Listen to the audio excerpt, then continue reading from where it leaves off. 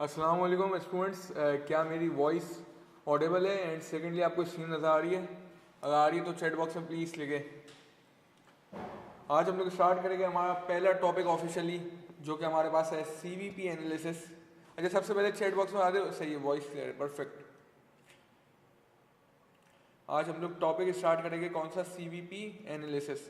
ये हमारा सिलेबस का पहला टॉपिक है जो हम लोग स्टार्ट करेंगे। ये ग्रेड डी का टॉपिक है।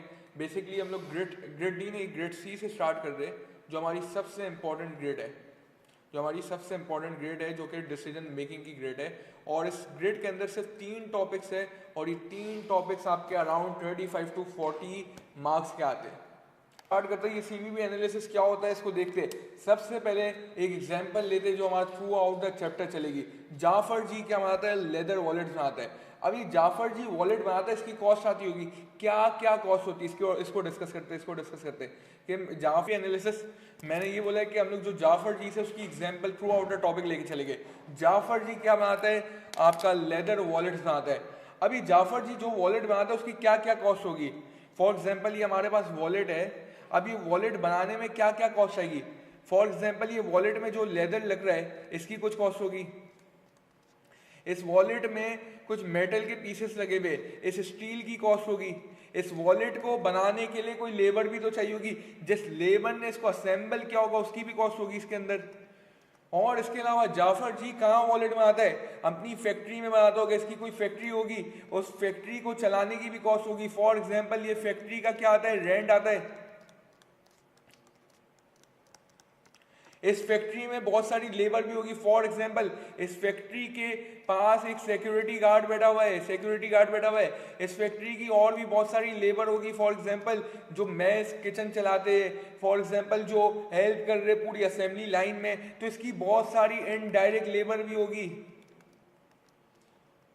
अब 2 कॉन्सेप्ट है, पहले एक कॉन्सेप्ट को समझते हैं कि ये जो इनडायरेक्ट लेबर है और डायरेक्ट लेबर क्या होता है। इधर मैंने लेबर लिखा हुआ है, ये वाली लेबर डायरेक्ट लेबर है और ये वाली लेबर इनडायरेक्ट लेबर है। डायरेक्ट और इनडायरेक्ट लेबर में क्या फर्क है? हमारा बिजनेस क्या है? वॉलेट बनाने का। हम लोग कौन है? जाफर जी से। जाफर जी क्या बनाता है? वॉलेट बनाता है। अब जो वॉलेट बनाने में लेबर लगी है, फॉर एग्जांपल ये वॉलेट, ये लेदर को काटना है, लेदर को पहले क्या करना है? कट करना है, फिर इसको स्टिच करना है, इसको असेंबल करना है। जो लेबर डायरेक्टली वॉलेट को बनाने में लगी है वो लेबर कौन सी होती है? आपकी डायरेक्ट लेबर। इनडायरेक्ट लेबर क्या होती है? जिसका प्रोडक्शन से कोई ताल्लुक नहीं, जिसका वॉलेट बनाने से कोई ताल्लुक नहीं, ये आपकी इनडायरेक्ट लेबर है। जो फैक्ट्री में फॉर एग्जांपल सिक्योरिटी गार्ड है, वो आपका वॉलेट नहीं बनाता लेकिन फैक्ट्री में उसकी जरूरत है। फॉर एग्जांपल पूरी लेबर्स के लिए क्या होगी? कैंटीन होगी फैक्ट्री में, कुछ लेबर्स कैंटीन चला रहे, उन कैंटीन चलाने वाले लेबर का आपके वॉलेट बनाने से कोई ताल्लुक नहीं है लेकिन वो लेबर फैक्ट्री में जरूरी है। तो ये आपकी दूसरी लेबर जिनका प्रोडक्शन से ताल्लुक नहीं होता, वो कौन सी लेबर होती है? इनडायरेक्ट लेबर होती है। अब जो हमारे पास फॉर एग्जांपल ये एक वॉलेट है, वॉलेट बनाने में हमें क्या क्या चीजें लगी? लेदर के कच्चा लगे, स्टील जो मेटल लगा हुआ था इसके ऊपर मेटल के पीसेस, फिर डायरेक्ट लेबर लगी। उसके अलावा जाफर जी का क्या कच्चा है फैक्ट्री के अंदर? रेंट हो गया। अब फैक्ट्री के पास मशीनरी होगी, अब वो मशीनरी क्या होगी? डेप्रीशिएट होगी। अब हमारे पास ये बहुत सारे खर्चे, टोटल जो भी खर्चे होते हैं, जो टोटल पूरी भी जो भी कॉस्ट हमारी होती है, उन कॉस्ट को हम लोग 2 चीजों में डिवाइड कर सकते हैं। वो 2 चीजें क्या है? एक को बोलते हैं वेरिएबल और दूसरे को बोलते हैं फिक्स्ड। इन टोटल कॉस्ट को हम लोग 2 सेक्शंस में डिवाइड कर सकते हैं, वेरिएबल वर्सेस फिक्स्ड। अब देखते हैं वेरिएबल क्या होती है और फिक्स्ड क्या होती है।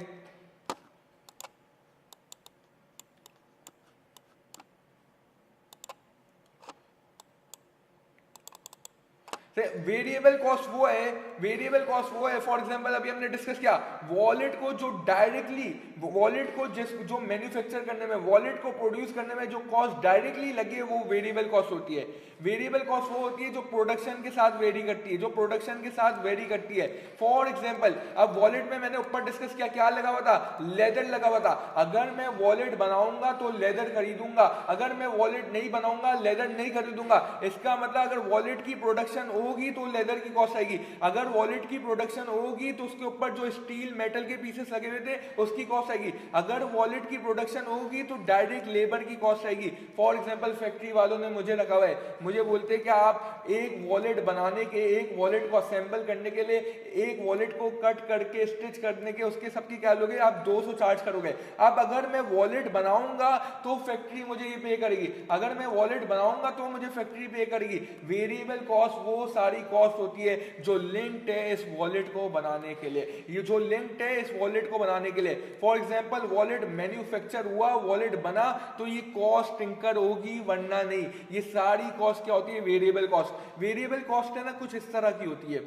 अगर मैं ग्राफ में बात करो, यहां इसकी प्रोडक्शन आती है, यहां इसकी प्रोडक्शन आती है, सही है, और यहां हम लोग लिखते हैं कॉस्ट, यहां हम लोग क्या लिखते हैं? कॉस्ट। अब वेरिएबल कॉस्ट क्या है? फॉर एग्जांपल अगर मैं 0 वॉलेट्स बना रहा हूं, अगर मैं वॉलेट्स बना रही नहीं हूं, वॉलेट्स को प्रोड्यूस ही नहीं कर रहा, तो वेरिएबल कॉस्ट मेरी क्या होगी? 0 होगी, क्योंकि मुझे लेदर नहीं खरीदना पड़ेगा, मुझे ये जो मेटल का पीस मैंने लगाया ये नहीं खरीदना होगा, मुझे एसन को 200 रुपए नहीं देने पड़ेंगे क्योंकि मैंने कोई वॉलेट बनाया ही नहीं है, कोई वॉलेट मैन्युफैक्चर ही नहीं किया है। अब अगर मैं प्रोडक्शन अपनी बढ़ाते रहूंगा, फॉर एग्जांपल इधर आ गया, मैं 100 वॉलेट्स प्रोड्यूस कर रहा हूं, तो मेरी कॉस्ट भी क्या हो जाएगी? बढ़ जाएगी, मेरी कॉस्ट भी बढ़ जाएगी, क्योंकि मुझे 100 वॉलेट के हिसाब से लेदर खरीदना होगा, मुझे मेटल के पीसेस खरीदने होंगे, मुझे डायरेक्ट लेबर जो एसन ने 200 ले रहा था उसको 200 के हिसाब से 100 वॉलेट के पैसे देने पड़ेंगे, तो ये आपकी होती है वेरिएबल कॉस्ट। मुझे चैट बॉक्स में बताया वेरिएबल कॉस्ट का कॉन्सेप्ट क्लियर है? वेरिएबल कॉस्ट क्या होती है?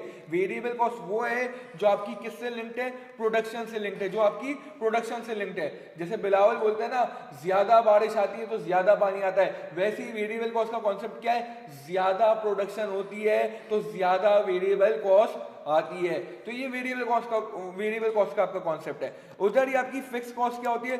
फिक्स कॉस्ट वो होती है जो आपकी प्रोडक्शन से वेरी नहीं करती, जो आपकी प्रोडक्शन से वेरी नहीं करती। फॉर एग्जाम्पल हमने डिस्कस किया फैक्ट्री का रेंट, अब मैं वॉलेट बनाऊं या नहीं बनाऊं मुझे रेंट देना है। फॉर एग्जांपल मेरी फैक्ट्री का, ये मेरी फैक्ट्री है, ये मेरी फैक्ट्री है, इस फैक्ट्री का रेंट है 100,000, 1,00,000 रुपए का रेंट है। अब मैं चाहे वॉलेट 0 वॉलेट बनाओ तो भी मुझे ये रेंट देना है, चाहे मैं 1000 वॉलेट बनाओ तो भी मुझे ये रेंट देना है। इसका मतलब इस रेंट का मेरी प्रोडक्शन से कोई भी ताल्लुक नहीं है, और ऐसी कोई कॉस्ट जिसका प्रोडक्शन से ताल्लुक नहीं हो वो कौन सी वो कॉस्ट होती है? वो फिक्स कॉस्ट होती है। वो कौन सी कॉस्ट होती है? फिक्स कॉस्ट होती है। अब इसके अलावा क्या हो सकती है? रेंट के अलावा क्या हो सकती है मुझे बताए? डेप्रीसिएशन। डेप्रीसिएशन, आपने जो मशीनरी ली है वो डेप्रीशिएट होगी। डेप्रीशिएट भी क्या है? डेप्रीसिएशन भी क्या आपकी फिक्स कॉस्ट है, क्योंकि इसका प्रोडक्शन से कोई ताल्लुक नहीं है। इनडायरेक्ट लेबर, इनडायरेक्ट लेबर में वो सारी लेबर आ जाती है फैक्ट्री की जिसका प्रोडक्शन से ताल्लुक नहीं होता, जैसे सिक्योरिटी गार्ड्स है। अब आपको सिक्योरिटी गार्ड को सैलरी देनी है, चाहे आप वॉलेट प्रोड्यूस करो या नहीं करो, आपको इनडायरेक्ट लेबर को सैलरी देनी है, तो ये आपकी क्या होगा? ये फिक्स कॉस्ट। फिक्स कॉस्ट का ग्राफ कैसा होता है? ऐसा ग्राफ होता है, ये देखिएगा। ये फॉर एग्जांपल हमारे पास कॉस्ट है y एक्सिस में, x एक्सिस में हमारे पास क्या है? प्रोडक्शन, नंबर ऑफ यूनिट्स जो हम बना रहे हैं। अब जो भी फिक्स कॉस्ट होगी ना, इसका ग्राफ कुछ इस तरह का बनेगा, ये सीधा बनेगा, ये थोड़ा सा टेढ़ा बन गया, मैं इसको वापस बना देता हूँ। ये देखिए, ये हमारे पास आ गई सीधी लाइन फिक्स कॉस्ट की। इसका मतलब फॉर एग्जांपल ये x एक्सिस में हमारे पास क्या आ गया? प्रोडक्शन आ गई, और हमारे पास y एक्सिस में क्या आ जाएगा? हमारे पास कॉस्ट आ जाएगी। अब अगर मैं 0 वॉलेट्स बनाऊंगा तो भी मुझे ये 1,00,000 रुपए की जो मेरा रेंट था, फिक्स कॉस्ट थी, मुझे बेयर करना है, मुझे पे करनी है। अगर मैं 100 वॉलेट्स बनाता हूं तो भी मुझे 1,00,000 की कॉस्ट देनी है। अगर मैं 1000 वॉलेट्स बनाता हूं तो भी मुझे ये 1,00,000 की कॉस्ट देनी है। इस समझ आया आपको कॉन्सेप्ट? फिक्स कॉस्ट का क्या कॉन्सेप्ट है? प्रोडक्शन जितनी भी हो फर्क नहीं पड़ता, आपकी फिक्स कॉस्ट सेम रहती है और आपको उतना बेयर करना है। हमारे पास कौन कौन सी फिक्स कॉस्ट थी? रेंट हो गई, हमारे पास क्या हो गया? डेप्रीसिएशन हो गई, इनडायरेक्ट लेबर हो गया। वेरिएबल और फिक्स कॉस्ट दोनों का कॉन्सेप्ट आपको क्लियर है, ताकि फिर हम लोग ब्रेक इवन में आगे चले।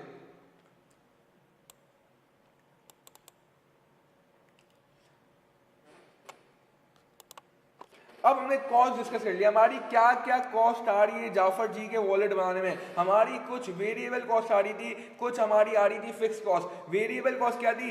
ये मेटल के चार्जेस, ये जो मेटल मैंने खरीदा है, ये मैंने जो लेदर खरीदा है उसके चार्जेस, फिर ये स्टिचिंग हुई, ये जो लेबर ने स्टिचिंग की है उसके चार्जेस। ये तीनों कॉस्ट क्या है? ये कौन सी कॉस्ट है? वेरिएबल कॉस्ट है। जब वॉलेट बनाऊंगा तो ये कॉस्ट इंकर होगी, वरना नहीं होगी। दूसरी कॉस्ट क्या थी? Fix cost. वो कौन सी कॉस्ट थी? वो फैक्ट्री की कॉस्ट थी। फैक्ट्री का rent, indirect labour, insurance, depreciation और अलग इस तरह की मुख्तलिफ कॉस्ट जिसका प्रोडक्शन से कोई ताल्लुक नहीं है। अब आगे चलते, अब हम लोग बात करते हैं जाफर जी का वॉलेट। ये एक वॉलेट जो हम लोग सेल करते, कितने का सेल करते? 5000 रुपीज का सेल करते। और इसकी जो लेदर की कॉस्ट है, जो स्टिचिंग की कॉस्ट है, जो डायरेक्ट लेबर की कॉस्ट है, वो 3000 है। इसका मतलब ये कौन सी कॉस्ट की बात कर रहा है? ये सारी कॉस्ट कौन सी है? वेरिएबल कॉस्ट है। ये कौन सी कॉस्ट है? वेरिएबल कॉस्ट है। क्योंकि इसने बात किया लेदर। अगर मैं वॉलेट बनाऊंगा तो लेदर खरीदना है, वरना नहीं खरीदना। इसका मतलब प्रोडक्शन होगी तो लेदर की कॉस्ट आएगी, वरना नहीं आएगी। जो स्टिचिंग की बात की, स्टिचिंग अगर वॉलेट बनाऊंगा तो स्टिचिंग करनी है, स्टिचेस खरीदने पड़ेंगे। अगर वॉलेट प्रोड्यूस नहीं करूंगा तो स्टिचेस नहीं चाहिए। डायरेक्ट लेबर, अगर वॉलेट बनाऊंगा तो लेबर चाहिए होगी जो वॉलेट को असेंबल करेगी, जो लेदर को कट करेगी, लेदर को स्ट्रेच करेगी, पूरा वॉलेट को असेंबल करेगी। अगर मैं वॉलेट नहीं बनाऊंगा, डायरेक्ट लेबर नहीं चाहिए। इसका मतलब ये जो 3000 है, ये क्या बता रहे हैं? ये कौन सी कॉस्ट है? वेरिएबल कॉस्ट है। ये क्या है? Variable cost. मुझे इसने दो चीजें दे दी, वेरिएबल कॉस्ट दे दी है और सेलिंग प्राइस दे दिया। मुझे इसने क्या दे दिया? बोल रहा है मैं 5000 का वॉलेट बेचता हूँ। एक वॉलेट कितने का बिकता है? 5000 का। ये मेरा वॉलेट का क्या है? Selling price. और दूसरी इसने मुझे जो चीज दे दी है वो क्या है? 3000। वो 3000 क्या है? बोल रहा है वेरिएबल कॉस्ट है। वो क्या आपकी? Variable cost. अगर मैं सेलिंग प्राइस से वेरिएबल कॉस्ट माइनस कर लेता हूँ, 5000 माइनस 3000 कर लेता हूं, तो मेरे पास क्या आ गया आंसर? 2000 आ गया। आप मुझे बताएं ये 2000 क्या प्रॉफिट है? Is it profit? मुझे चैट बॉक्स में बताएं क्या ये प्रॉफिट है या नहीं। मुझे बताया क्या ये प्रॉफिट है या नहीं। एग्जैक्टली ये प्रॉफिट नहीं है, ये प्रॉफिट नहीं है। अभी तो हमने सिर्फ वेरिएबल कॉस्ट निकाली है, अभी तो हमने सिर्फ लेदर की कॉस्ट निकाली है, अभी तो सिर्फ हमने डायरेक्ट लेबर की कॉस्ट निकाली है, अभी तो हमने सिर्फ वो मेटल का पीस जो लगा हुआ था उसकी कॉस्ट निकाली है। अभी हमें रेंट निकालना रह गया है, अभी हमने इनडायरेक्ट लेबर निकालना रह गया है। इसका मतलब अभी सारी फिक्स कॉस्ट तो माइनस करना रह गई है। इसका मतलब ये प्रॉफिट नहीं है, ये प्रॉफिट नहीं है। इस चीज का नाम क्या होता है? कॉन्ट्रीब्यूशन। इसको क्या बोलते हैं? कॉन्ट्रीब्यूशन। इसको कॉन्ट्रीब्यूशन क्यों बोलते हैं? इसको कॉन्ट्रीब्यूशन क्यों बोलते हैं? किसी को पता है? इसको कॉन्ट्रीब्यूशन इसलिए बोलते हैं कि बहुत सारे मैं वॉलेट बेचूंगा 5000 के, हर वॉलेट से मुझे 2000 आएंगे। ऐसे बहुत सारे 2000 जब आएंगे, ऐसे बहुत सारे वॉलेट बेचूंगा, बहुत सारे 2000 आएंगे, तो ये बहुत सारे 2000 क्या करेंगे? मेरे फिक्स कॉस्ट को कवर करेंगे, मेरी फिक्स कॉस्ट को कवर करने के लिए कंट्रीब्यूट करेंगे। अभी फॉर एग्जांपल लेते, मेरी जो फिक्स कॉस्ट है वो टोटल कितनी है? सिर्फ 1 लाख है। वो 1 लाख का रेंट है, बाकी मेरी फैक्ट्री के अंदर कोई भी फिक्स कॉस्ट नहीं है। अब ये 1 लाख का रेंट किस तरह कवर होगा? जब ऐसे बहुत सारे 2000 आएंगे तो मैं बहुत सारे 2000 को जमा करके अपना रेंट दे पाऊंगा ना। मुझे कितने ऐसे 2000 चाहिए कि मेरा रेंट पूरा हो जाए? मुझे कितने 2000 चाहिए कि मेरा रेंट पूरा हो जाए? मैं सिंपली क्या करूंगा? इस 1 लाख को डिवाइड कर दूंगा 2000 से, तो मुझे पता चल जाएगा मुझे 50 2000 चाहिए। इसका मतलब मुझे 50 वॉलेट्स बेचने हैं, मुझे 50 वॉलेट्स बेचने हैं, तो मेरी ये फिक्स कॉस्ट कवर हो जाएगी, फिक्स कॉस्ट कवर हो जाएगी। अब आगे चलते, थोड़ा सा आगे चलते, फिर इसको डिस्कस करते। एक एग्जांपल लेते, इस क्वेश्चन को मैं कॉपी कर लेता हूँ हमारे पास। 1 सेकंड दीजिएगा।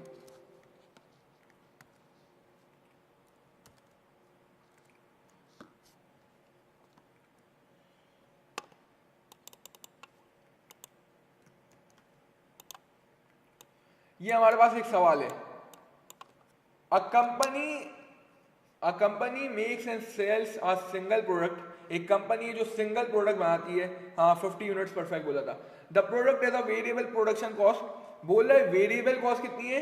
8 rupees per unit and the variable selling cost 1 rupees per unit. हमारी ये दोनों कौन सी कॉस्ट है? Variable cost. आगे क्या बोला है? The fix cost, production, administration, sales, distribution, fix cost, जो भी सारी फिक्स कॉस्ट है जिनका प्रोडक्शन से कोई ताल्लुक नहीं है, वो मेरी कितनी है? 5 लाख है, 500,000। फिर बोल रहा है the selling price of product is 16। जो मैं प्रोडक्ट मंगाता हूँ वो कितने का बेचता हूँ? 16 रुपीज का। अब बोला calculate profit at sales volume of 70,000, 80,000, 90,000 units. अब बोल रहा है ये जो कंपनी है इसका प्रॉफिट निकालो जब ये टोटल 70,000 की सेल करे, जब ये टोटल 80,000 की सेल करे और जब ये 90,000 की सेल करे। इसको कैलकुलेट कर लेते जल्दी से। यहाँ हमारा ये आ गया एग्जाम्पल नंबर 1। हमें क्या कैलकुलेट करना है, 70,000 यूनिट्स में, 80,000 यूनिट्स में और 90,000 यूनिट्स में। सबसे पहले हम लोग देखेंगे हमारी सेलिंग प्राइस। सेलिंग प्राइस हमारी कितनी है, सेलिंग प्राइस हमारी कितनी है, ₹16 की, ₹16 की सेलिंग प्राइस। सेल्स लिख लेते, सही है, सेल्स लिख लेते, ₹16 है। अब मैं 16 को क्या करूंगा, मल्टीप्लाई करूंगा। जब मैं 70,000 से मल्टीप्लाई करता हूं तो मेरे पास क्या आता है, मैं एक सेकंड अपना मोबाइल खोल लो कैलकुलेटर के लिए। कैलकुलेटर मेरे पास आज नहीं है। चलो आप मुझे चैट बॉक्स में आंसर बताएं, जब मैं 70,000 को 16 से मल्टीप्लाई करता हूं टोटल मेरी कितनी सेल्स होगी।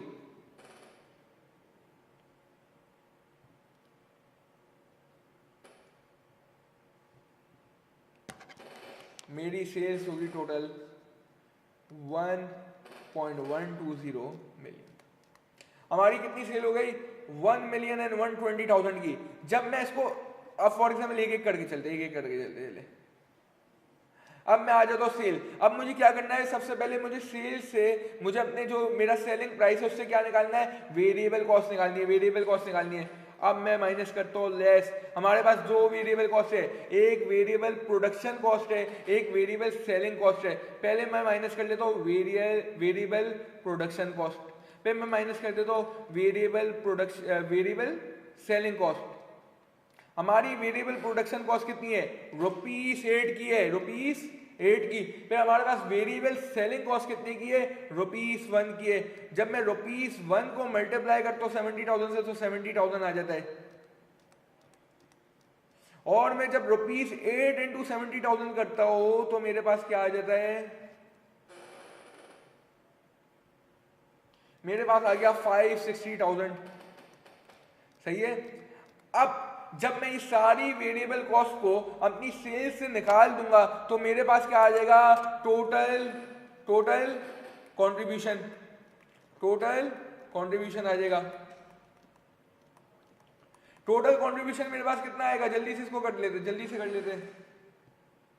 प्लस 70,000, फिर हमने क्या माइनस 112। हमारे पास टोटल कंट्रीब्यूशन कितना आ गया, 490,000 का। अब ये कंट्रीब्यूशन से क्या होता है, हमारी फिक्स कॉस्ट को हम लोग पे करते हैं। अब कंट्रीब्यूशन में क्या है, ये कंट्रीब्यूशन का मतलब क्या है, हमने सेलिंग प्राइस से वेरिएबल कॉस्ट सारी निकाल दी है। अब क्या बचा है, फिक्स कॉस्ट को निकालना बचा है। फिक्स कॉस्ट हमारी कितनी है, ये देखा हमारी फिक्स कॉस्ट क्या है, 500,000 की है, 500,000 की है। अब 500,000 को माइनस करते हैं इससे, जब 500,000 लेस फिक्स कॉस्ट, मैं जब 500,000 को माइनस करता हूं तो मेरे पास आ गया लॉस, आ गया 10,000 का।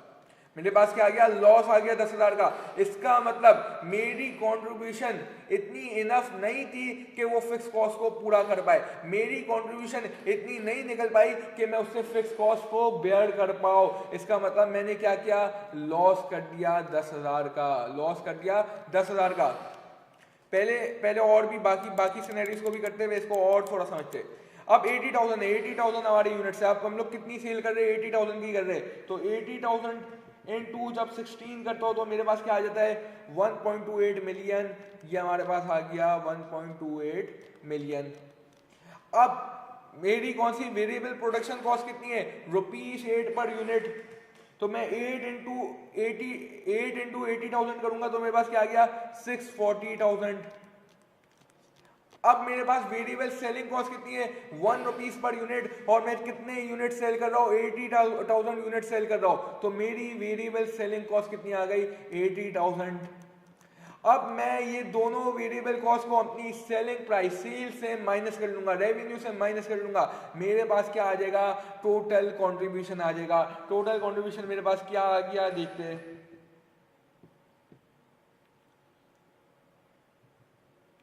टोटल कंट्रीब्यूशन मेरे पास कितना आ गया 560,000। इस बार मेरा कंट्रीब्यूशन ज्यादा आया है क्योंकि मैंने ज्यादा यूनिट्स बेचे, सही है। अब मैं लेस फिक्स कॉस्ट करता हूँ। फिक्स कॉस्ट कितनी थी 500,000 की, इस बार मुझे हो गया प्रॉफिट 60,000 का। इसका मतलब इस बार मेरा कंट्रीब्यूशन इतना था कि मेरी आराम से कौन सी कवर हो जाए, कॉस्ट, फिक्स कॉस्ट कवर हो जाए।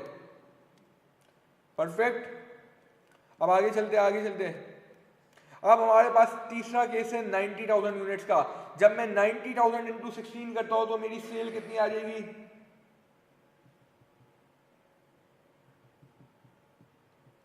मेरी सेल आ गई 1.44 मिलियन, 1.44 मिलियन।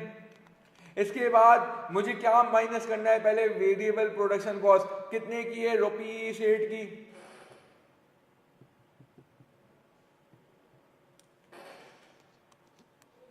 $720,000।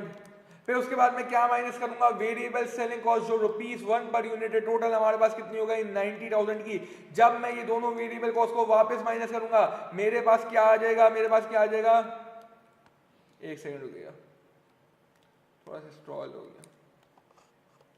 मेरे पास क्या आ जाएगा, टोटल कंट्रीब्यूशन आ जाएगा। टोटल कंट्रीब्यूशन मेरे पास कितना आ गया,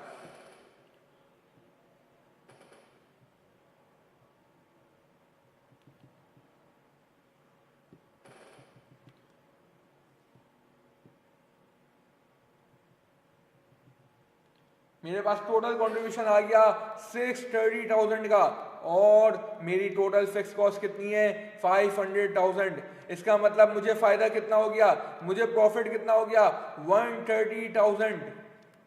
अब थोड़ा बहुत इसको देखते, इस पूरे सवाल को थोड़ा एनालाइज करते। सवाल में क्या हुआ है आप देखिए, पहले मैंने अगर इसको हम लोग पर यूनिट भी निकाल लेते, हमारी सेलिंग प्राइस पर यूनिट कितनी थी, सेलिंग प्राइस थी पर यूनिट 16, सही है। 16 में से जब मैं वेरिएबल कॉस्ट माइनस करता हूं, कौन सी दो वेरिएबल कॉस्ट है मेरे पास, एक 8 रुपीज की वेरिएबल प्रोडक्शन कॉस्ट है और एक 1 रुपीज की वेरिएबल सेलिंग कॉस्ट है। जब मैं 16 में से अपनी दोनों वेरिएबल कॉस्ट निकालता हूं तो ये कितना हो जाएगा 16 माइनस 9, जो कि हमारे पास 7 आ गया।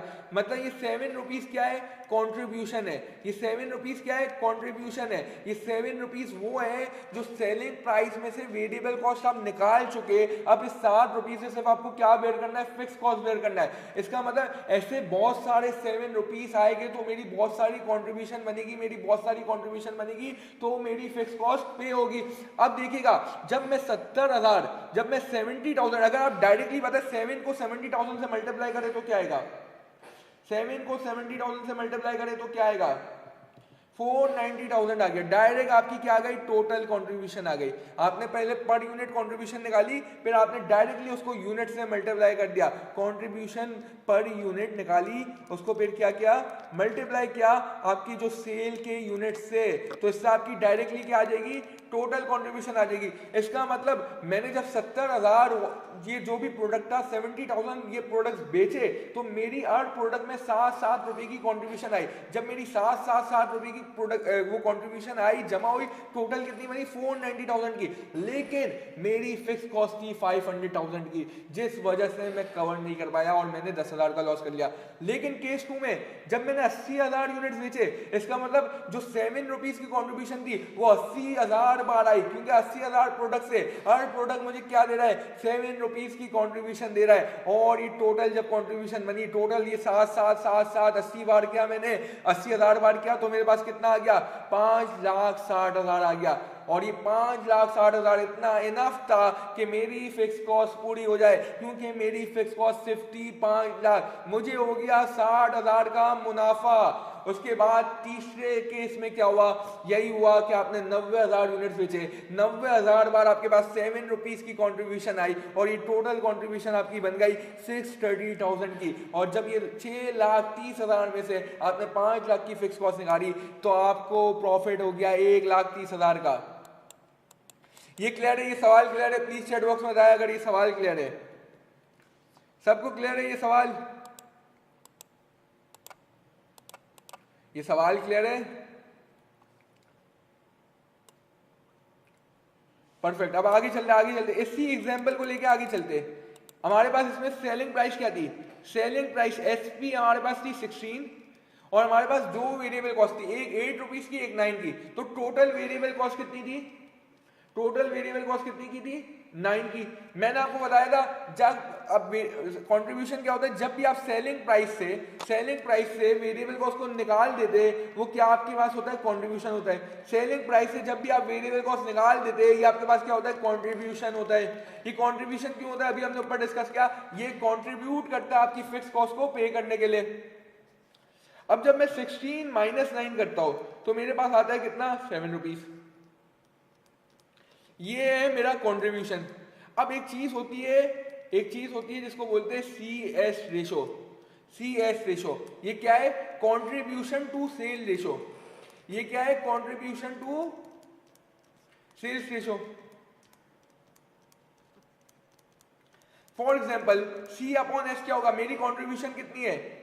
इसमें क्या करते हैं? Contribution upon selling price SP, contribution upon SP। मेरी कंट्रीब्यूशन कितनी थी? 7 रुपीज।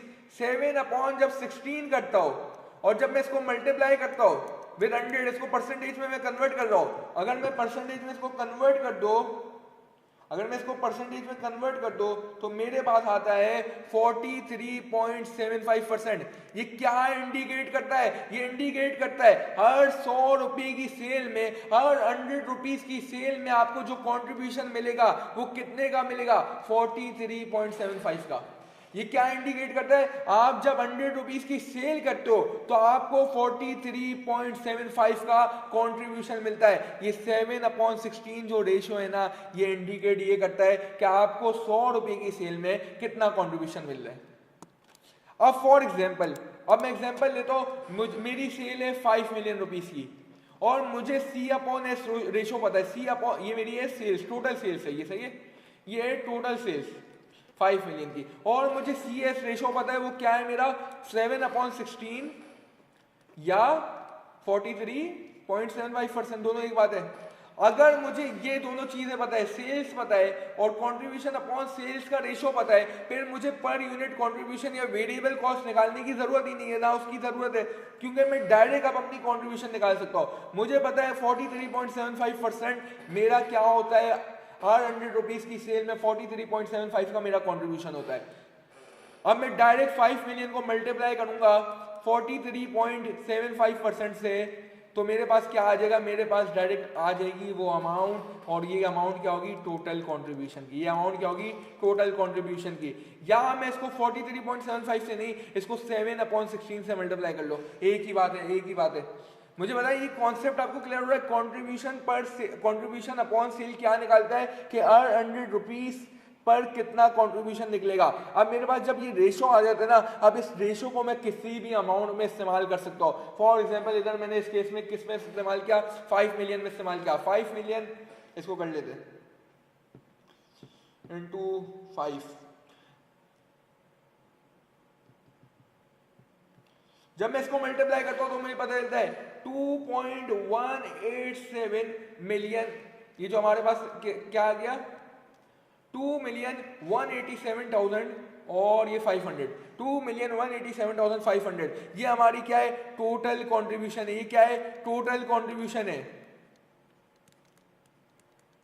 अब एक और चीज देखिएगा, अब जब मैंने बताया सेलिंग प्राइस 16 है, कंट्रीब्यूशन इसकी 7 है, इसकी वेरिएबल कॉस्ट 9 है, हमने 16 में से क्या किया? 9 माइनस करवा दिया। एक सेकंड रुकिएगा, इसको रेस कर लेते हैं, और हमने क्या किया?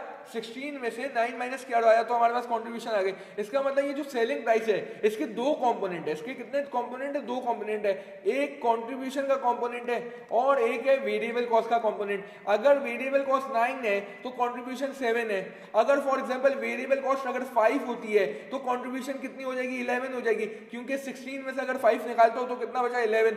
अगर वेरिएबल कॉस्ट 4 है तो मेरी कंट्रीब्यूशन क्या हो जाएगी? 12 हो जाएगी। अगर वेरिएबल कॉस्ट 12 है तो मेरी कंट्रीब्यूशन क्या हो जाएगी? 4 हो जाएगी। इसका मतलब सेलिंग प्राइस के दो हिस्से, सेलिंग प्राइस के दो सेक्शन है। ये 16 रुपये, ये 16 रुपीज दो चीजों में डिवाइड होते हैं, एक वेरिएबल कॉस्ट में होते हैं और दूसरा कंट्रीब्यूशन में होते हैं। और इन दोनों का भी एक ऐसा अफेक्ट है, कैसा अफेक्ट है?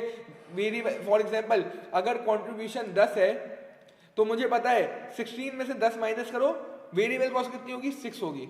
मतलब अगर मुझे एक चीज पता है तो मुझे दूसरी पता है, तो इसका मतलब क्या हुआ, इसका मतलब क्या हुआ, अगर नीचे में जाओ मुझे पता है ये 43.75% मेरी क्या है कंट्रीब्यूशन है।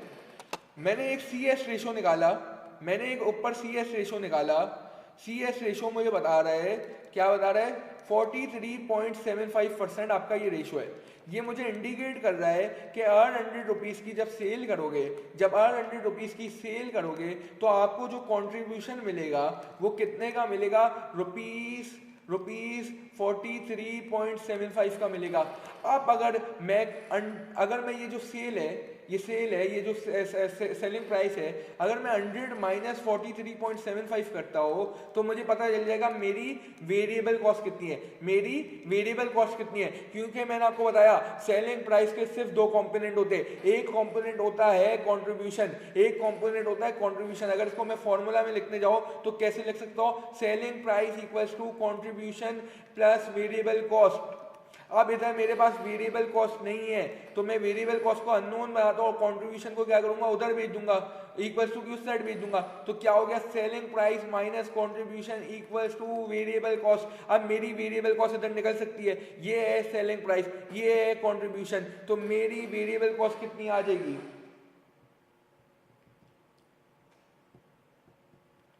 मेरी वेरिएबल कॉस्ट आ गई 56.25। अब वैसे ही रेशो भी निकाल सकते हैं, एक और रेशो होता है, वो रेशो होता है variable cost upon sale ratio. Variable cost upon sale ratio, इसमें क्या फर्क है, इसमें आप कंट्रीब्यूशन ऊपर नहीं रखते, ऊपर वेरिएबल कॉस्ट रख लेते हो।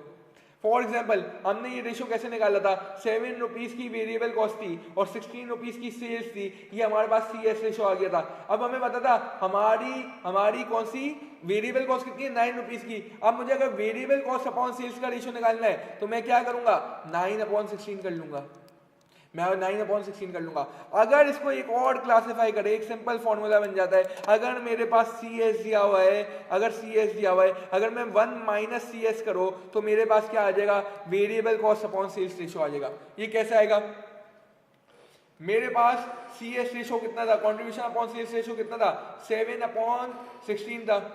अब मैं सिंपल एलसीएम ले लेता हूं, मैं डिनोमिनेटर में अगर कुछ भी नहीं होता तो क्या होता है, 1 होता है।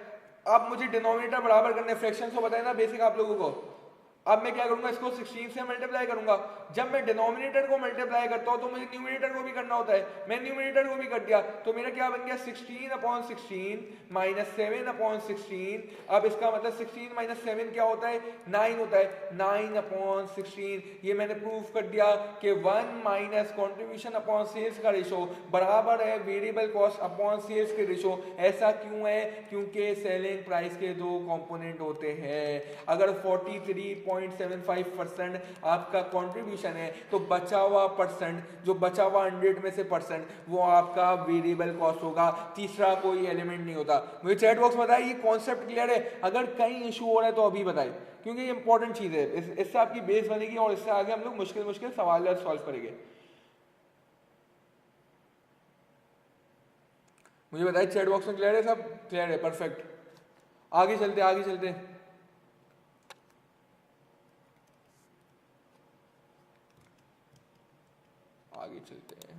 F5।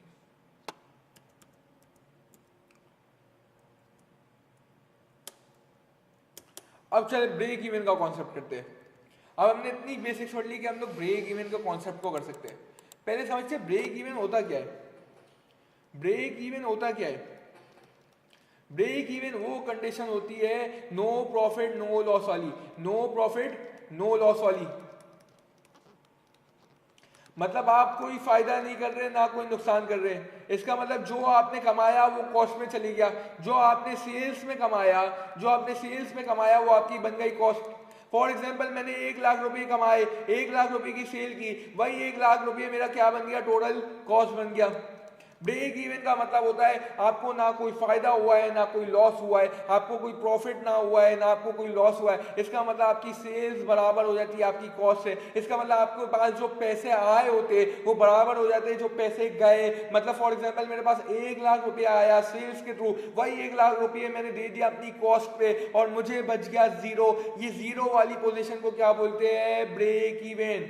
ये जीरो वाली पोजीशन को क्या बोलते हैं? Break even. अब बिजनेस ब्रेक इवन क्यों निकालेगा? बिजनेस ब्रेक इवन इसलिए निकालेगा, बिजनेस को कम से कम ये तो पता चले कि मुझे इतना माल बेचना है या मुझे इतने की सेल्स करनी है कि मैं ऐसी पोजीशन में आ जाऊं कि मुझे लॉस ना हो।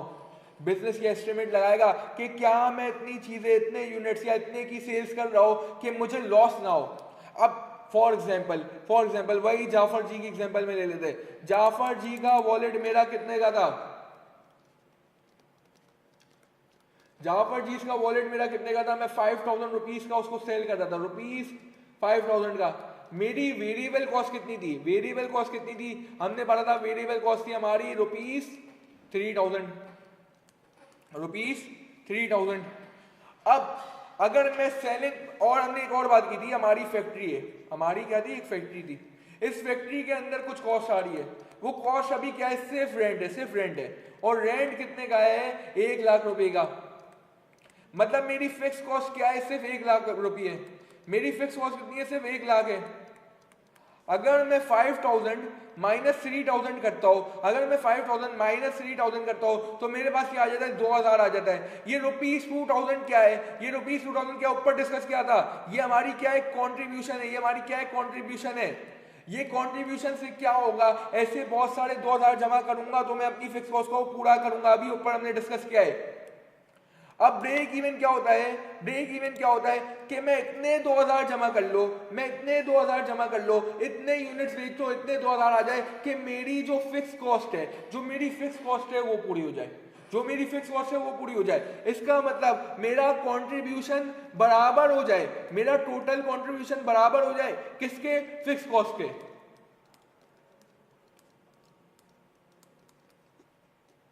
आपको बात समझ आई? कंट्रीब्यूशन का मतलब क्या होता है? आपने वेरिएबल कॉस्ट निकाल चुके हो, अब जो आपकी कॉस्ट निकालना बची है वो सिर्फ क्या बची है? फिक्स कॉस्ट बची है निकालना। तो मेरी कंट्रीब्यूशन इतनी हो जाए, वो फिक्स कॉस्ट के बराबर हो जाए, ताकि मैं ऐसी कंडीशन में आ जाऊं मुझे ना प्रॉफिट हो ना मुझे लॉस हो। एक वॉलेट से मुझे मिल रहा था 2000 की कंट्रीब्यूशन, ऐसे कितने 2000 लेकर जाओ, ऐसे कितने वॉलेट भेज दो कि मेरी 1 लाख का रेंट निकल जाए। सिंपल, आप क्या करोगे? 1 लाख को डिवाइड कर दोगे, 1 लाख को डिवाइड कर दोगे, किससे डिवाइड कर दोगे? 2000 से डिवाइड कर दोगे। तो आपके पास क्या आ जाएगा? आपके पास क्या आ जाएगा? कितने यूनिट्स आ गए? 50 यूनिट्स आ गए। इसका मतलब जाफर जी को 50 वॉलेट बेचने, जब वो 50 वॉलेट्स बेच देगा तो उसकी क्या कंडीशन होगी? नो प्रॉफिट नो लॉस वाली कंडीशन। उसकी क्या कंडीशन होगी? ब्रेक इवन वाली कंडीशन होगी। उसकी क्या कंडीशन होगी? जहां वो 0 रुपीज का प्रॉफिट कर रहा होगा, या प्रॉफिट भी नहीं कर रहा, लॉस भी नहीं कर रहा, वो 0 रुपीज कमा रहा है, वो 0 रुपीज कमा रहा है। और अगर मैं फॉर्मूला डिराइव करने की कोशिश करो, ये 1 लाख रुपये मेरा क्या था? 1 लाख रुपये क्या था? मेरा फिक्स कॉस्ट थी। 1 लाख रुपये मेरा क्या था? फिक्स कॉस्ट थी। ये 2000 मेरा क्या था? कंट्रीब्यूशन थी। इसका मतलब मेरा ब्रेक इवन कैसे निकला? मैंने फिक्स कॉस्ट अपॉन कंट्रीब्यूशन किया, मैंने फिक्स कॉस्ट अपॉन कंट्रीब्यूशन किया और मेरा क्या निकल गया? Break even. इसका मतलब ब्रेक इवन का फॉर्मूला क्या होता है? ब्रेक इवन का फॉर्मूला क्या होता है? Fix cost upon contribution. और ये ब्रेक इवन मुझे कैसे मिला है? यूनिट्स की फॉर्म में मिला है। ये मुझे किस फॉर्म में मिला है? इन यूनिट्स। क्योंकि जब मैं ये फॉर्मूला इस्तेमाल कर रहा हूँ तो मुझे ये बता रहा है, ये फॉर्मूला में बता रहा है कि 50 यूनिट्स भेज दो एहसन, जाफर जी 50 यूनिट्स भेज दो, आपको ना प्रॉफिट होगा ना लॉस होगा। तो इसका मतलब फॉर्मूला अगर मैं लिखना चाहूँ तो क्या आ गया? Break even in units equal to fix cost upon contribution. अगर मैं कंट्रीब्यूशन को तोड़ो, मैंने बताया था कंट्रीब्यूशन पर यूनिट कैसे निकलता है, ये पर यूनिट का कंट्रीब्यूशन है, ये पर यूनिट का कंट्रीब्यूशन है। 2000 रुपए में एक वॉलेट से कंट्रीब्यूशन ले रहा हूं, कंट्रीब्यूशन कैसे निकलता है? Selling price minus variable cost. अगर मैं पूरा फॉर्मूला लिखना चाहूं तो मेरे पास क्या हो गया? Fix cost upon selling price minus variable cost. ये हमारे पास आ गया ब्रेक इवन इन यूनिट्स।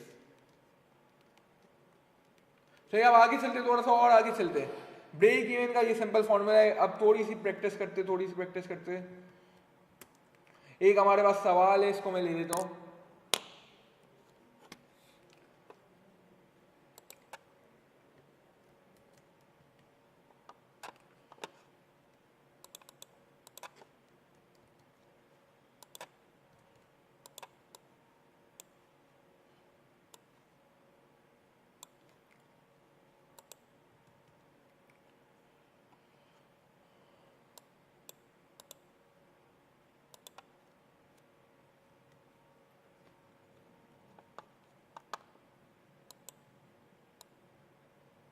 हमारे पास क्या सवाल है, Jimco makes and sells a single product.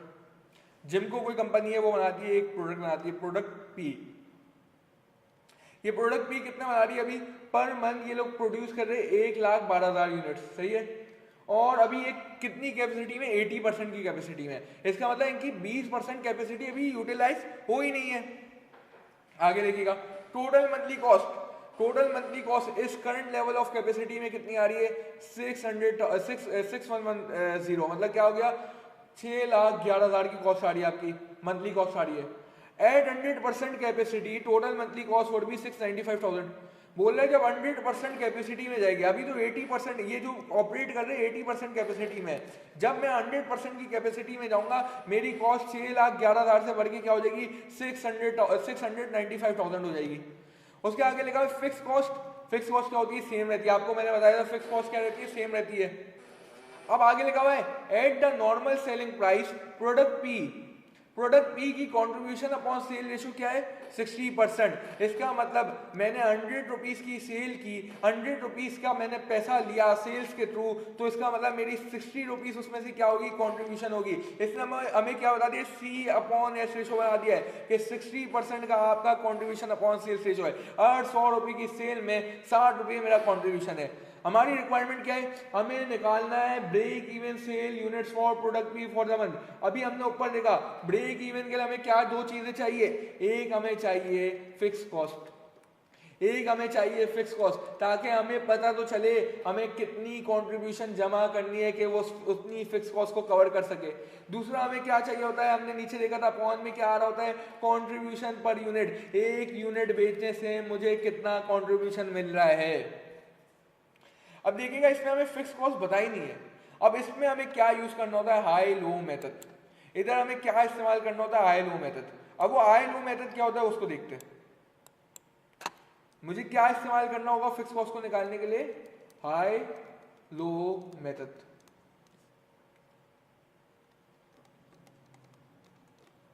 अगर मैं इधर प्लॉट कर लो 80% प्रोडक्शन, 80% कैपेसिटी और 100% कैपेसिटी, सही, 100% कैपेसिटी। 80% कैपेसिटी में से मुझे बता दिया मैं कितनी प्रोडक्शन कर रहा हूँ, मैं कितनी प्रोडक्शन कर रहा हूँ, मैं कितनी प्रोडक्शन कर रहा हूँ, 1,12,000 यूनिट्स बना रहा हूँ, मैं 1,12,000 यूनिट्स बना रहा हूँ, मैं 1,12,000 यूनिट्स बना रहा हूँ। 100% कैपेसिटी में कितना लाऊंगा, जब मेरा ये 80% है तो सिंपली मैं 100% निकाल सकता हूँ। कैसे निकालूंगा, 1,12,000 डिवाइड बाय 80% करूंगा। डिवाइड बाय 80% क्यों कर रहा हूं, क्योंकि ये मेरा 80% है और मुझे मिल जाए 100%। कैसे निकलेगा, 1,12,000 डिवाइड बाय 80%, सिंपल। जब मैंने 1,12,000 को डिवाइड किया 80% से तो मेरे पास आ गया 140,000। इसका मतलब मेरी 100% कैपेसिटी कितनी होगी, 140,000 होगी। 100% कैपेसिटी कितने यूनिट्स होगी, 140,000 यूनिट्स होगी। अब मेरी इसने दो और चीजें बताई, इसने दो और चीजें बताई है। इसने बोला है मेरी कॉस्ट, टोटल मंथली कॉस्ट, इस मंथली कॉस्ट के अंदर, इस मंथली कॉस्ट के अंदर, इस मंथली कॉस्ट के अंदर वेरिएबल कॉस्ट भी शामिल है और फिक्स कॉस्ट भी शामिल है। इसने बता दिया कि अगर आप 80% की कैपेसिटी करते हो, 1,12,000 यूनिट बनाते हो, तो आपकी जो कॉस्ट है वो कितनी आएगी, 6,11,000 आएगी, 6,11,000। और अगर आप 100% करते हो, कैपेसिटी में प्रोड्यूस करते हो, 1,40,000 यूनिट बनाते हो, तो आपकी जो टोटल कॉस्ट आएगी वो कितनी आएगी, 695,000। तो सिंपली मैं क्या करूंगा, यहाँ आ जाएगा मेरे पास 6,11,000 और यहाँ आ जाएगा मेरे पास, यहां मेरे पास क्या आ जाएगा, 6,695,000। अब आप देखिएगा मैं जब 1,12,000 यूनिट से 1,40,000 यूनिट में गया, या जब मैं 80% कैपेसिटी से 100% कैपेसिटी में गया तो मेरी मंथली कॉस्ट बढ़ गई, मेरी मंथली कॉस्ट बढ़ गई। ये जो बढ़ा हुआ हिस्सा है वो कितना है, 6,11,000 से 695,000 हो गया। इसका मतलब मेरी मंथली कॉस्ट में कितना इंक्रीज आया है, 94,000 का इंक्रीज आया है। ये इंक्रीज क्यों आया है, कौन सी कॉस्ट होती है जो प्रोडक्शन के साथ इंक्रीज होती है। हमने स्टार्ट में पढ़ा था फिक्स कॉस्ट हमेशा सेम रहती है। इसका मतलब जो फिक्स कॉस्ट इस 6,11,000 के अंदर शामिल थी वही सेम फिक्स कॉस्ट 695,000 के अंदर शामिल है। मेरा जो रेंट या कोई भी फिक्स कॉस्ट होगी वो जो इस 6,11,000 के अंदर है वही 6,95,000 के अंदर होगी। इसका मतलब ये जो 94,000 का इंक्रीज आया है ये वेरिएबल कॉस्ट का है, ये वेरिएबल कॉस्ट का है। ये 94,000 की जो वेरिएबल कॉस्ट बढ़ी है ये कितने यूनिट्स की वेरिएबल कॉस्ट है एग्जैक्टली, लेकिन ये कितने यूनिट्स की वेरिएबल कॉस्ट है ये कैसे पता चलेगा, मैं कितने यूनिट से, देखे मैं 1,12,000 यूनिट से गया हूं 1,40,000 यूनिट से। इसका मतलब मेरे टोटल यूनिट्स कितने इंक्रीज हुए, 28,000। मेरे जब 28,000 यूनिट्स इंक्रीज हुए तो 28,000 यूनिट्स में मेरी 94,000 की फिक्स कॉस्ट आ गई, वेरिएबल कॉस्ट आ गई, वेरिएबल कॉस्ट आ गई, वेरिएबल कॉस्ट आ गई। अब मैं क्या वेरिएबल कॉस्ट पर यूनिट निकाल सकता हूं, यस मैं निकाल सकता हूं, क्योंकि मुझे पता चल गया है मेरे 28,000 यूनिट्स 94,000 की वेरिएबल कॉस्ट लेते हैं। तो मैं 94,000 को जब डिवाइड करूंगा 28,000 से तो मेरे पास क्या आ जाएगा, वेरिएबल कॉस्ट पर यूनिट आ जाएगा। मुझे बता दें ये कितना आ रहा है, चैट में बताइए कितना आया है।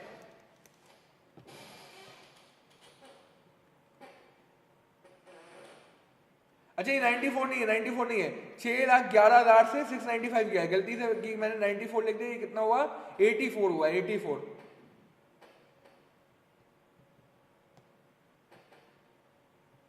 तो मेरे पास कितना आ गया, ₹3 आ गया, ₹3 आ गया, ₹3 आ गया। इसका मतलब जब मैं 6,11,000 से 695,000 में गया 84,000 का मंथली कॉस्ट, जब मैं 6,11,000 की मंथली कॉस्ट से 695,000 की मंथली कॉस्ट में गया मेरी मंथली कॉस्ट कितनी बढ़ गई, 84,000 की बढ़ गई। और जो कॉस्ट बढ़ती है वो कौन सी होती है, वेरिएबल कॉस्ट होती है। इसके अंदर जो फिक्स कॉस्ट होगी वो उतनी रही होगी जो इसके अंदर है। इसका मतलब जो मेरा इंक्रीज था वो किसको सिर्फ पर्टेन करता था, वेरिएबल कॉस्ट को पर्टेन करता था। ये वेरिएबल कॉस्ट कितने यूनिट्स के चेंज में बढ़ी थी, 1,12,000 से गया था 1,40,000, 28,000 का यूनिट्स जब बढ़े, 28,000 की और प्रोडक्शन हुई, 80% टू 100% की कैपेसिटी में गया तो इसने 28,000 यूनिट्स ने जो मेरी कॉस्ट बढ़ाई वो 84,000 की थी। और जब मैं 84,000 डिवाइड बाय 28,000 करता हूं तो मेरे पास ₹3 आता है। इसका मतलब मेरी वेरिएबल कॉस्ट पर यूनिट क्या थी, ₹3।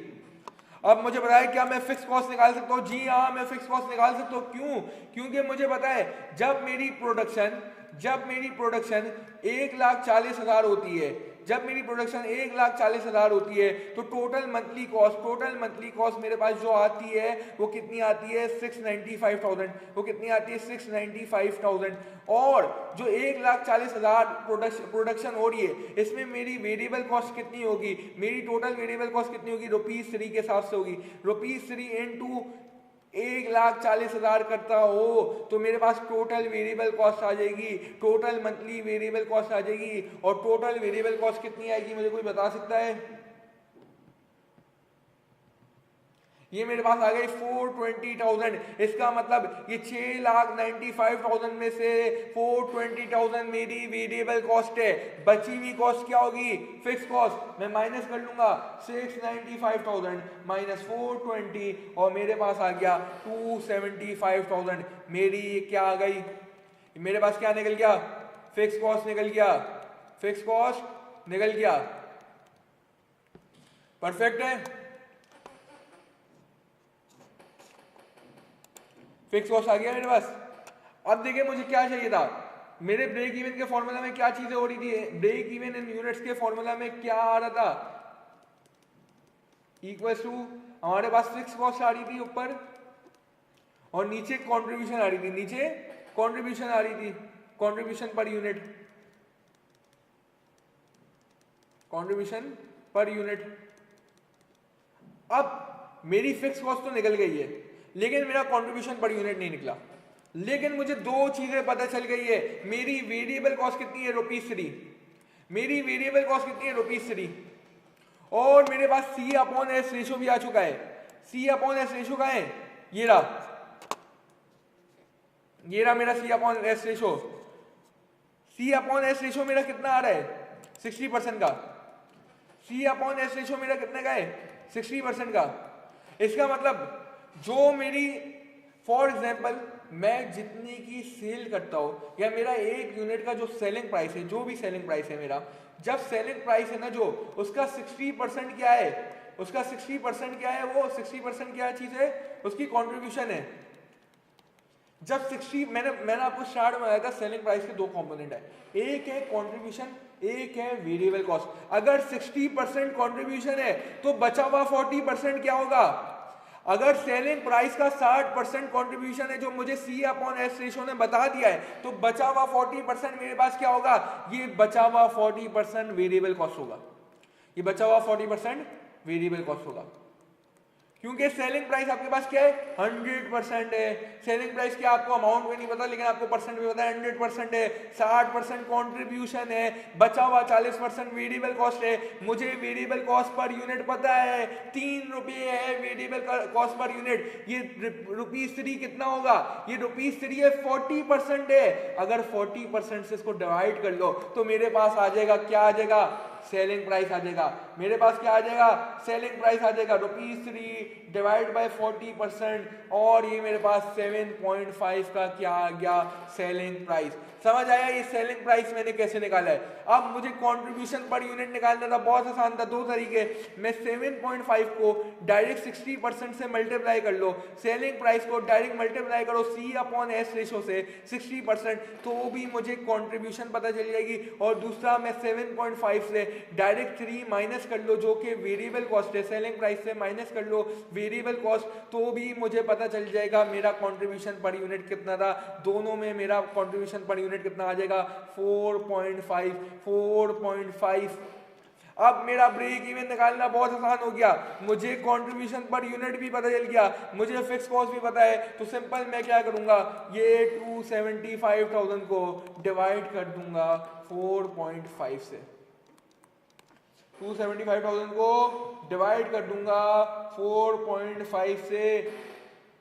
हमने सही निकाले, एक बार मैं चेक कर लो। 7.5 इंटू 60%, सही है, परफेक्ट। जब मैं 275,000 डिवाइड बाय 4.5 करता हूं तो मेरे पास यूनिट्स आ गए 61111.1 पॉइंट। हम लोग पता है इन यूनिट्स में ना पॉइंट में आंसर नहीं दे सकते, क्योंकि आप कोई भी यूनिट को आधा थोड़ी दे सकते हो, तो इसको हम लोग राउंड अप करते हैं हमेशा। क्या करते हैं, याद रखिएगा, राउंड अप। तो हमारे पास कितने यूनिट्स आ गए? 61,112 यूनिट्स, मतलब 61,112 यूनिट्स जब मैं बेचूंगा तो मैं ब्रेक इवन करूंगा। मुझे बताया ये सवाल क्लियर है? चैट बॉक्स में बताया सबको ये सवाल क्लियर है? कैसे किया हमने? क्लियर है कैसे किया मैंने? आपको क्लियर है कैसे किया? परफेक्ट। एक और चीज देखते हैं, फिर हम लोग क्लास को आज की वाइंड अप करते हैं और इसको कल कंटिन्यू करेंगे इंशाल्लाह।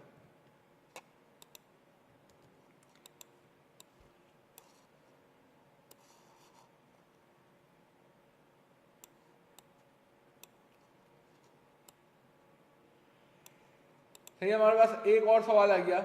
अब इस सवाल में ना हमारे पास दो चीजें पूछी है। पहले सवाल को पढ़ते हैं। A company makes a single product there is a variable cost of ₹12। 12 rupees की उसकी वेरिएबल कॉस्ट है। सेलिंग प्राइस क्या है? ₹20 की। सेलिंग प्राइस क्या है? ₹20 की। और हमारी फिक्स कॉस्ट कितनी है?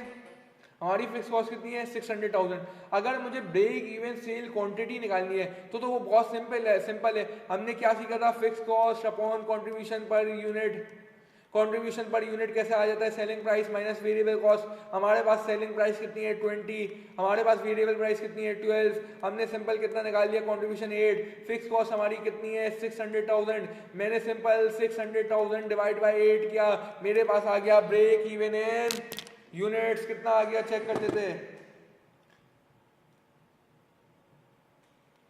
मेरे पास आ गया ये 75,000। इसका मतलब ये जो कंपनी है जो ये प्रोडक्ट बेचती है ये 75,000 प्रोडक्ट बेचेगी, 75,000 प्रोडक्ट बेचेगी तो इसकी ब्रेक इवन वाली कंडीशन हो जाएगी। ऐसी कंडीशन होगी जहां इसको ना प्रॉफिट होगा ना इसको लॉस होगा। अब मुझे बताए, ये मैंने यूनिट्स तो निकाल लिए, ये मैंने यूनिट्स तो निकाल लिए, अब बोल रहा है सेल्स वैल्यू बता दो, सेल्स वैल्यू बता दो। अगर मुझे पता है मुझे 75,000 यूनिट्स बेचते हैं, एक यूनिट में 20 रुपए का बेचो, एक यूनिट में 20 रुपीज का बेचो, तो सिंपल इसको मैं 20 से मल्टीप्लाई कर लूंगा, इसको मैं सिंपल 20 से मल्टीप्लाई करूंगा और मेरे पास आंसर क्या आ जाएगा 1, सिंपली मेरे पास आंसर क्या आ जाएगा 1.5 मिलियन, 1.5 मिलियन, 1.5 मिलियन। इसका मतलब जब मैं 1.5 मिलियन रुपीस की टोटल सेल्स करूंगा, 1.5 मिलियन का रेवेन्यू कमाऊंगा, तो मेरी वो कंडीशन हो जाएगी ब्रेक इवन वाली कंडीशन। अच्छा, अब ये जो सेल्स वैल्यू में हमने निकाले ना, अब इसका मतलब इसका सेल्स वैल्यू में कैसे निकालते हैं? सिंपल जो ब्रेक इवन इन यूनिट्स आए, जो simple break even in units आए, उसको डायरेक्टली किससे मल्टीप्लाई कर दोगे? Selling price per unit, selling price per unit. अब इसमें एक और चीज है, एक और चीज देखते हैं, इसको एक और तरीका है इसको निकालने का। वो क्या तरीका है?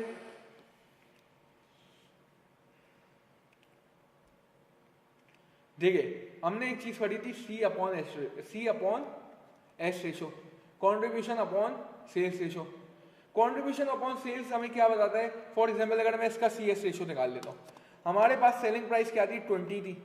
हमारे पास सेलिंग प्राइस कितनी थी? 20 थी। मेरे पास वेरिएबल कॉस्ट कितनी थी? 12 थी। मेरे पास कंट्रीब्यूशन कितनी थी? 8 थी। अगर मैं इसका सी एस रेशो निकालो तो क्या हो जाएगा? 8 कंट्रीब्यूशन अपॉन 20 की सेलिंग प्राइस। तो मेरे पास अगर मैं इसको परसेंटेज में कन्वर्ट करो, परसेंटेज में कन्वर्ट करो तो कितना आ गया? 8 डिवाइड बाई 20 इंटू 100, मेरे पास आ गया ये 40%। इसका मतलब मेरा सी एस रेशो कितना है? 40%। इसका मतलब मैं अगर जितने की भी सेल्स करता हूं तो सेल में से 40% मेरा क्या होगा? कंट्रीब्यूशन होगी। जैसे मैंने ये 1.5 मिलियन रुपीस की सेल की ना, 40% क्या होगा? कंट्रीब्यूशन होगी। 40% क्या होगा? कंट्रीब्यूशन। अगर मैं 1.5 मिलियन का 40% निकालता हूं वो क्या हो जाएगा? 6 लाख हो जाएगा। जब ये 6 लाख मैंने कमाए, इस 6 लाख कमाने के बाद ये 6 लाख जो रुपीस मेरे हाथों में आए, पैसा आया, ये 6 लाख का मैंने भर दिया रेंट, 6 लाख का रेंट भर दिया। इसका मतलब टोटल कंट्रीब्यूशन हो गई बराबर टोटल फिक्स कॉस्ट के। इसका मतलब ये हो गई ब्रेक इवन कंडीशन। अब देखिएगा यहाँ क्या है, मैं बता रहा हूँ कि ये 40% क्या इंडिकेट कर रहा है? ये 40% क्या इंडिकेट कर रहा है? आपकी कंट्रीब्यूशन बता रहा है कि आपकी सेल्स में से कंट्रीब्यूशन कितनी है। अब फॉर एग्जाम्पल जब हम लोग ब्रेक इवन निकालते हैं, हम ब्रेक इवन निकालते हैं, हमारी फिक्स कॉस्ट कितनी थी? 6 लाख। हमारी फिक्स कॉस्ट थी 6 लाख। हमारी फिक्स कॉस्ट कितनी थी? 6 लाख। देखिए हमारा ब्रेक इवन में एम क्या होता है? हमारा ब्रेक इवन में एम क्या होता है? No profit loss, no profit no loss. Break even में हम लोग क्या कर रहे होते हैं? कंट्रीब्यूशन को कर रहे होते हैं बराबर, कंट्रीब्यूशन को चाह रहे होते हैं बराबर हो जाए, किसके बराबर हो जाए? फिक्स कॉस्ट के बराबर हो जाए, ताकि जो पैसा कमाया, जो पैसा वेरिएबल कॉस्ट पे ऑफ करने के बाद बचा, वो बराबर हो जाए फिक्स कॉस्ट के। इसका मतलब contribution equals to fix cost. जब मेरे पास ये 6 लाख की फिक्स कॉस्ट है, अब मैं चाह रहा हूं कंट्रीब्यूशन भी मेरी कितनी हो? 6 लाख की हो। अब आप बात समझिएगा, गौर से समझिएगा, एक चीज को गौर से समझिएगा। मतलब मैं चाह रहा हूं मेरी कंट्रीब्यूशन भी कितनी हो? 6 लाख की हो। मैं क्या चाह रहा हूं? मेरी कंट्रीब्यूशन भी हो 6 लाख की। अब ये 6 लाख की कंट्रीब्यूशन, ये 6 लाख की कंट्रीब्यूशन करने के लिए मुझे कितनी सेल्स करनी पड़ेगी? मुझे कितने का माल बेचना पड़ेगा? मुझे कितने का रेवेन्यू कमाना पड़ेगा? वो कैसे निकालूंगा? वो सिंपल सी एस रेशो से निकालूंगा। सिंपल सी एस रेशो से। सी एस रेशो क्या बताता है? 40% इज अ कंट्रीब्यूशन। अगर मुझे सेलिंग प्राइस निकालनी है, अगर मुझे टोटल सेल्स टोटल रेवेन्यू निकालना है, टोटल सेल्स टोटल रेवेन्यू क्या होगा? 100% होगा। कंट्रीब्यूशन मेरे पास क्या है? 40% है। अगर ये 40% क्या है? 6 लाख 40% है। अगर 6 लाख को डिवाइड कर दो 40% से तो 100% इसका निकाल जाएगा, जो कि हमारे पास 1.5 मिलियन बनता है। वो बनता है 1.5 मिलियन। ये कॉन्सेप्ट समझ आया? अब मैं आपको बताता हूँ इसका फॉर्मूला। इसलिए हम लोग फॉर्मूला नहीं, पहले कॉन्सेप्ट पे फोकस करेंगे, फिर फॉर्मूला की बात करेंगे। इतना इसका मतलब क्या हुआ? अगर मुझे break even in sales value चाहिए, break even in sales value चाहिए, तो मैं सिंपल क्या करूंगा? Fix cost upon contribution upon sales ratio कर दूंगा। ये क्यों करा, ये मैंने इसलिए किया क्योंकि मुझे करनी थी फिक्स कॉस्ट बराबर कंट्रीब्यूशन के, ताकि मेरी ब्रेक इवन वाली पोजीशन बन जाए कि 6 लाख कंट्रीब्यूशन आए, 6 लाख की फिक्स कॉस्ट पे ऑफ करो, जीरो बचे। इसका मतलब मैं चाह रहा हूँ मेरी कंट्रीब्यूशन 6 लाख की हो जाए, और मुझे पता है मेरी सेल्स का 40% मेरी कंट्रीब्यूशन होती है। इसका मतलब मेरी सेल्स 100% है, तो उसका 40% क्या है, कंट्रीब्यूशन है। तो जब मुझे पता था ये 6 लाख मेरा 40% है, तो मैंने इसको डिवाइड किया 40% से, तो मुझे मिल गया 100%। और मेरा 100% क्या होगा, सेल्स रेवेन्यू जो आ गया 1.5 मिलियन। और फॉर्मूला में इसको लिखते हैं fix cost upon contribution upon sales ratio. मुझे बताइए ये क्लियर है? चैट बॉक्स में लिखिए क्लियर है, चैट बॉक्स में बताइए क्लियर है।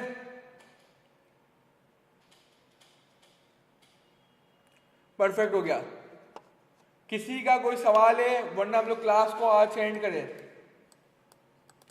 आज थोड़ा जल्दी एंड करें, क्लास को एंड कर रहे। किसी का कोई सवाल है,